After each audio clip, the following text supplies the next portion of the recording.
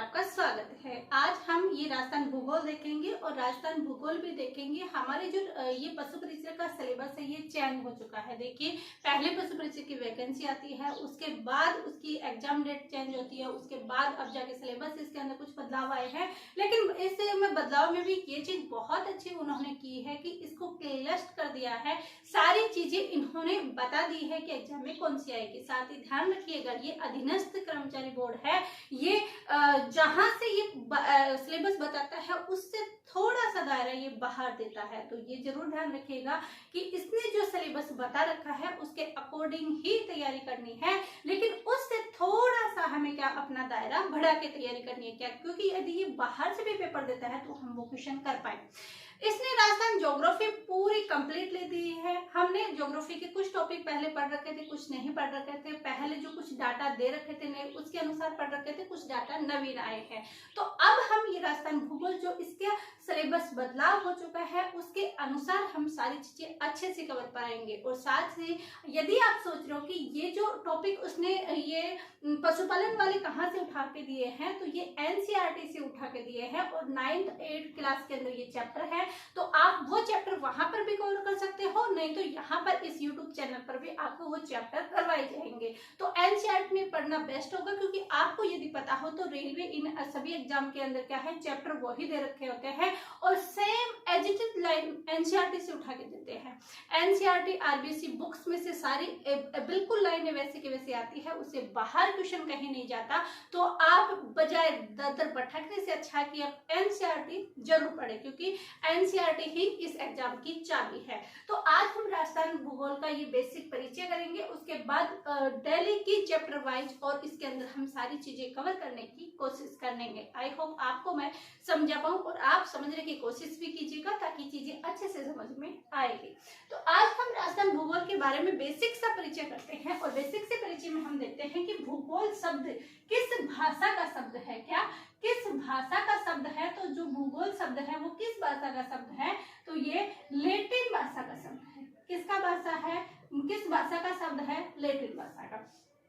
अब बात दो क्वेश्चन आते हैं कि भूगोल का जनक कौन है और भूगोल का वास्तविक जनक कौन है, आधुनिक भूगोल का जनक कौन है। तो देखिए, भूगोल का जो जनक है वो और वास्तविक जनक है ये दोनों ही। तो ये दोनों है एक ही व्यक्ति हैं, और जो दोनों एक ही व्यक्ति हैं वो कौन है? हिकेटोरियस। कौन है? हिकेटोरियस है। और यहाँ पर यदि इस शब्द का प्रयोग किसने किया था, तो वो किसने किया था? इरेटोस्थेनीज ने। किसने किया था? इरेटोस्थेनीज ने। दोनों ही नाम लिखते हैं कि इसका जनक और वास्तविक जनक कौन है, और इसकी जो शब्द का प्रयोग किया था वो इरेटोस्थेनीज ने किया था। तो ये चीजें हम देखते हैं। तो इसका जनक और वास्तविक जनक हिकेटियस कौन है? इसका जनक और वास्तविक जनक। यदि जनक पूछे तो भी हिकेटियस, यदि वास्तविक जनक पूछे तो भी हिकेटियस आएगा। इस शब्द का प्रयोग किसने किया था? तो इस शब्द का जो प्रयोग किया था वो किसने किया था? इरेटोस्थेनीज ने।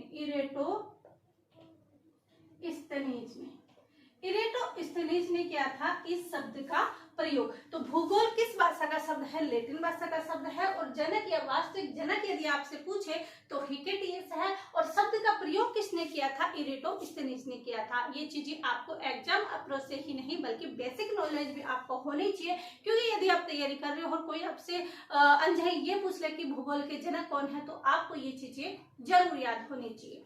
अब उसके बाद हम देखते हैं कि यदि ये पूछा जाए कि आधुनिक भूगोल का जनक कौन है, क्योंकि हमने तो यहाँ पर जनक देख लिया, वास्तविक जनक देख लिया, इस शब्द का प्रयोग किसने किया था वो देख लिया, लेकिन बात आती है कि आधुनिक भूगोल का जनक कौन है। तो आधुनिक जो भूगोल है उसका जनक है एवी हम्बोल्ट। कौन है आधुनिक भूगोल का जनक? कौन है? एवी हम्बोल्ट। एवी हम्बोल्ट है वो क्या है? आधुनिक भूगोल का जनक है। अब ये हमने भूगोल शब्द की देख ली, सबसे प्रयोग किसने किया। अब देखते हैं हमारे राजस्थान में आते हैं। राजस्थान में देखते हैं कि इसमें राजस्थान शब्द का सबसे पहले प्रयोग क्या, हमारे राजस्थान के लिए किस नाम का प्रयोग होता था, पहले इसको किस नाम से जानते थे, पहले वाले जो अभिलेख हमें प्राप्त हुए हैं उनमें हमारे जो राजस्थान है उसका क्या नाम मिला है, और फिर जो हमारा राजस्थान है उसका नाम कब पड़ा है। तो ये चीजें देखते हैं। तो देखिए, राजस्थान शब्द का सबसे प्राचीनतम उल्लेख कहाँ मिलता है, तो राजस्थान शब्द का सबसे पहले प्राचीनतम उल्लेख मिलता है हमारा किसमें, गोसुंडी अभिलेख में। इसमें मिलता है गोसुंडी। और गोसुंडी अभिलेख में क्या हमें राजस्थान मिलता है? जी बिल्कुल नहीं, उस गोसुंडी अभिलेख में राजस्थान नहीं मिलता है, बल्कि राजस्थानीय मिलता है। राजस्थान नहीं, राजस्थानीय मिलता है। और किसमें? गोसुंडा अभिलेख में। गोसुंडा अभिलेख कब का, किसका इससे है? 532 ईस्वी का है। किसका है? 532 ईस्वी का क्या है? हमारा गोसुंडा अभिलेख है। तो ये लिखते हैं हम, राजस्थान शब्द का सबसे प्राचीनतम उल्लेख कहाँ मिलता है? गोसुंडा अभिलेख में। अभिलेख में। अब ये गोसुंडा अभिलेख कब का है? तो ये 532 ईस्वी का है। 532 ईस्वी का है। कहाँ का है? चित्तौड़गढ़। कहाँ का है?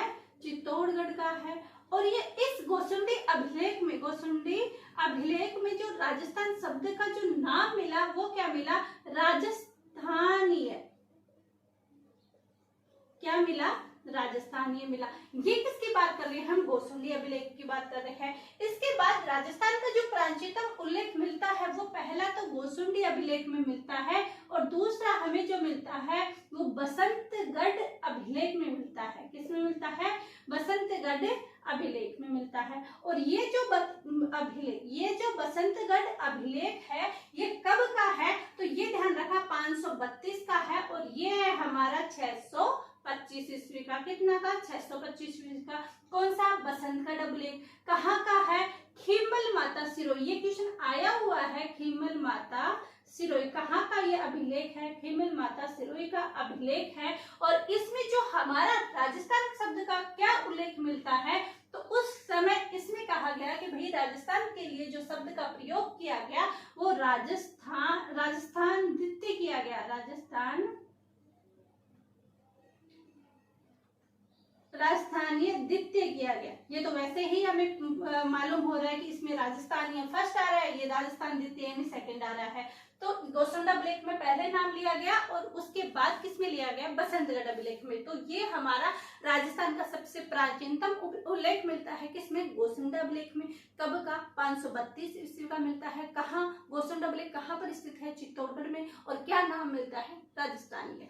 उसके बाद हमने क्या देखा कि बसंतगढ़ शिलालेख, और बसंतगढ़ शिलालेख कब का है? 625 ईस्वी का है। कहाँ का है? खीमल माता सिरोही का है। और इसमें हमें राजस्थान के लिए किस शब्द का प्रयोग मिलता है? तो राजस्थानी द्वितीय मिलता है। द्वितीय ध्यान रखना कि इसमें क्या मिलता है? राजस्थान द्वितीय मिलता है। ये हमारे सबसे पहले जो प्राचीनतम अभिलेख मिले थे, सबसे प्राचीन जो शब्द हमारे राजस्थान के लिए उल्लेख मिलते हैं, वो चीजें क्लियर हो गई। अब बात करते हैं कि सर्वप्रथम राजपूताना शब्द का प्रयोग किसने किया था? किसका? राजपूताना का। तो सर्वप्रथम जो राजपूताना का प्रयोग किया था वो किया था जॉर्ज थॉमस ने। और इसका जॉर्ज थॉमस ने क्या किया था? एक बुक लिखी थी, द विलियम फ्रैंकलिन। लेकिन उस बुक को प्रकाशन करने से पहले क्या हो जाती है? इनकी मृत्यु हो जाती है। तो जॉर्ज थॉमस ने सर्वप्रथम इसका प्रयोग किया था, लेकिन लिखित प्रमाण हमें इसकी जॉर्ज थॉमस की जो बुक है उसमें मिलती है। लिखित प्रमाण किसमें मिलता है? इसमें जॉर्ज थॉमस की बुक है उसके अंदर। और उस बुक का प्रकाशन किसने किया था? तो उस बुक का जो प्रकाशन किया था वो किया था विलियम फ्रैंकलिन ने। और उस बुक कौन सी थी? द मिलिट्री मेमोरियल ऑफ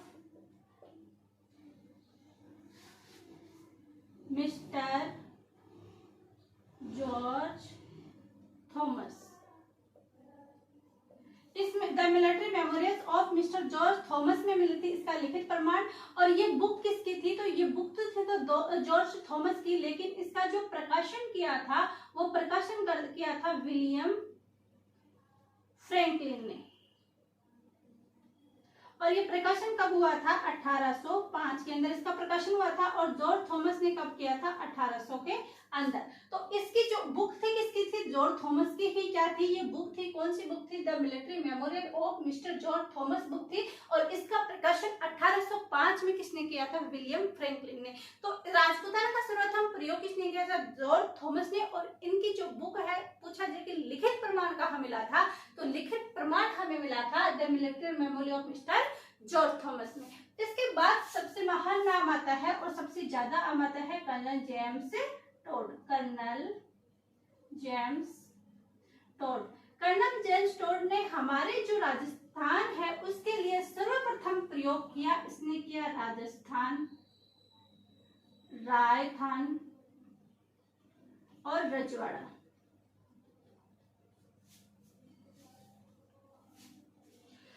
क्या लिखा?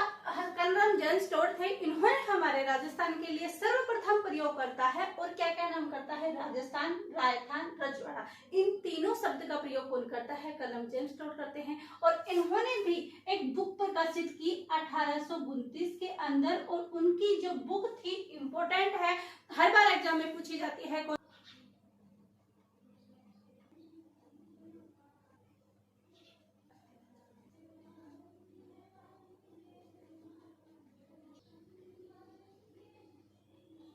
इनकी जो बुक थी वो बुक कौन थी? Annals and activity of Rajasthan. ये किसकी बुक थी? कर्नल जेम्स टोड थी। इन्होंने 1829 में प्रकाशित की थी। और इसमें जो हमारे राजस्थान का नाम मिलता है, मूल जो हम राजस्थान बोलते हैं, वो राजस्थान, रजवाड़ा और रायथान, ये दोनों बुक ध्यान रखना कि ये the military memory of mister George Thomas, George Thomas की बुक थी। 1805 में प्रकाशित की थी फ्रैंकलिन ने। उसके बाद 1829 में the alliance and activity of mister Rajasthan, ये किसने प्रकाशित की थी? ये कर्नल जेम्स टोड ने प्रकाशित की थी। तो ये राजस्थान का भूगोल था। हमने ये चीजें आराम से देखी, सारी चीजें यहाँ पर क्लियर होती है। अब जो नेक्स्ट देखेंगे, इसके आगे देखेंगे, और सारी चीजें, इनकी आकृति कैसी है, कैसे है, सारी चीजें हम सारी चीजें कवर करने की कोशिश करेंगे और सारी चीजें क्लियर होगी। आई होप आप सभी अपना प्यार और सपोर्ट ऐसे ही बनाइए रखिएगा। क्लास अधिक से अधिक शेयर कीजिएगा, बस आपके और प्यार की सपोर्ट की आवश्यकता है, वही मोटिवेशन चाहिए। और क्लास को अधिक से अधिक शेयर कीजिए। यदि आपको ये वीडियो पसंद आता है तो लाइक कीजिएगा, सब्सक्राइब जरूर कीजिएगा। आप सभी का धन्यवाद। Thank you.